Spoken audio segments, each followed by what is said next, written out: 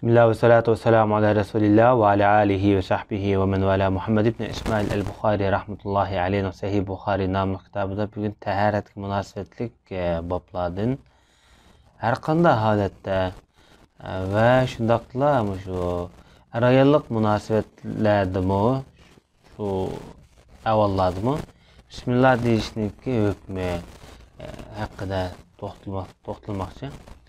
Hamda Bismillah deyish haqida ulamolar buni vojib deb qaramagan bir qism ulamolardan boshqa. Umuman bu asosan Bismillah deyishni sunnat yoki mustahab amallardan deb qaragan bo'ladi. Sunnatlik darajasi kuchliroq hamda. Bo'lapmi mazhablar ichida zahiriy mazhabdagi ulamolar buni vojib deb qaragan bir qism muhaddislar. Bu yerda hamda vojibmi yoki sunnatmi bizga nisbatan bu muhim emas. Bu noktada. Nemishqa degan vaqtida Bismillah kelimasiniki bizning shu qalbimizga, ruhiyatimizga beradigan ta'siri, ma'naviyati mayli vojib bo'lsin, mayli sunnat bo'lsin, bu o'xshash. Ammo Bismillah kelimasini har qanday vaqtda deyish buni muqarrar. Har qanday vaqtda Bismillah kelimasi qalbimizga o'rnagan bo'lishi kerak. Shuning uchun shayton davomliq insonni nazorat qilib turdi, ko'z tutib turdi. Shundaqli bir imkoniyat topsalam odamga, insonga, musulmonga ziyonkashlik qilish uchun intilib turdi. Bu shaytonning turli ziyonkashliklardan qutulishning birdan bir yo'li Bismillah kelimasi. Shuning uchun buniki bizga nisbatan ma'naviy tarpin kuchli bo'lgan vaqtida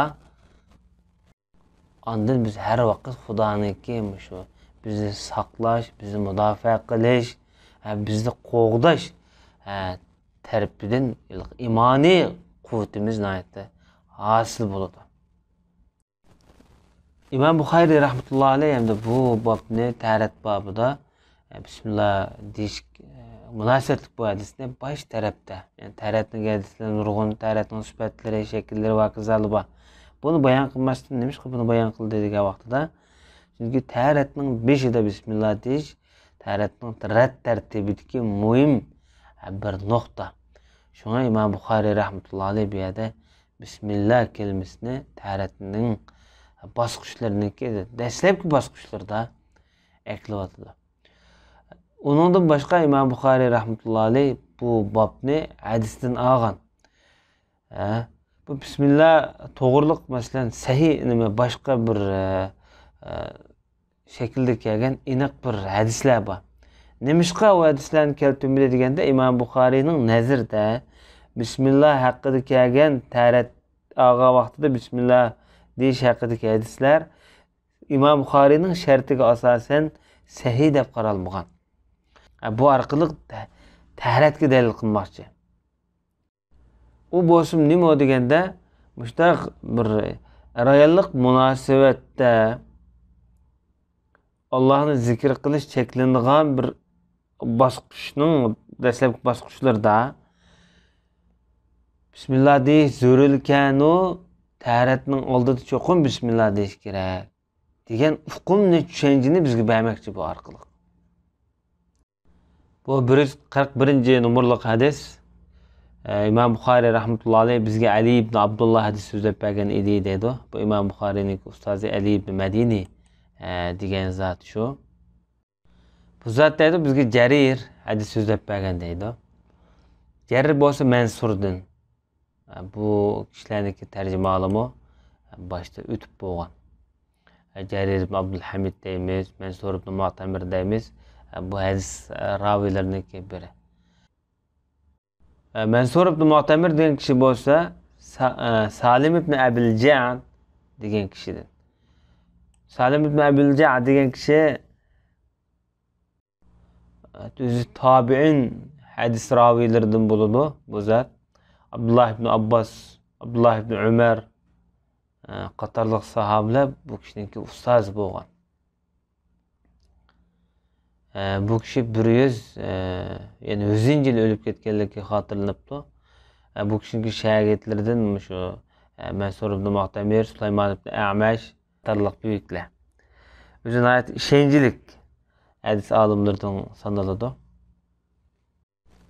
Bu kişi hem de Kureyp'ten rivayet kılattı. Kureyp Abdullah ibn Abbas'ın ki hem şagirdti Hazreti Kadrisi'dir. Bu kişi özün ustazı Abdullah ibn Abbas radıyallahu anhu'dan.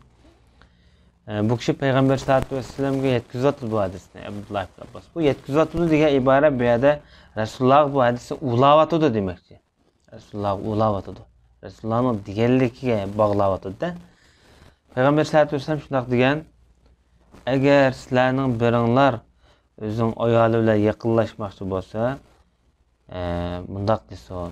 Bismillah, Allahümme cennibne şeytana ve cennibiş şeytana ma razaktana.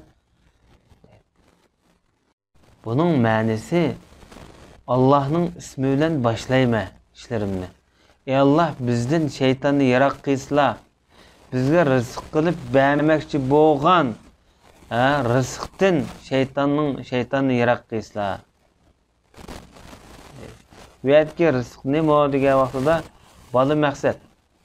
Eğer şu duadan keyin ularning orsida bir balı nesibi bo'lib qolsa, bu balığı şeytan ziyan yetkazolmaydi deb Peygamber Aleyhisselatü Vesselam shunday dedi.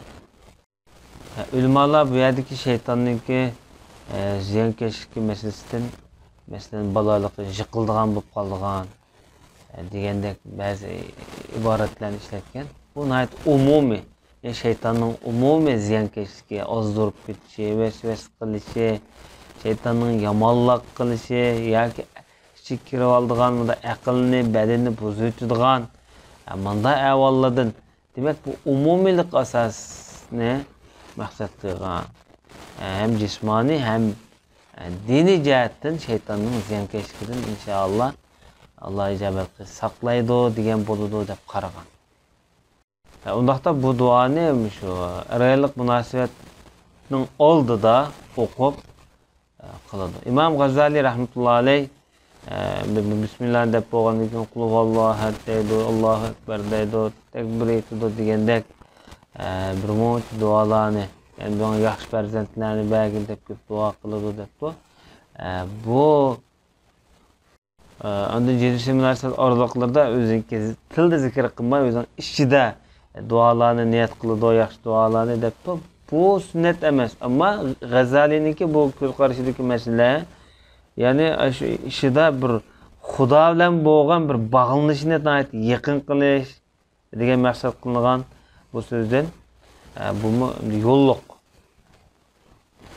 Çünkü Müslüman bir insan her işini Xudoga bog'lab turib, Xudoning lutfi ikromidan xoli bo'lmagan ahvol ostida bog'lig'ini yaxshi.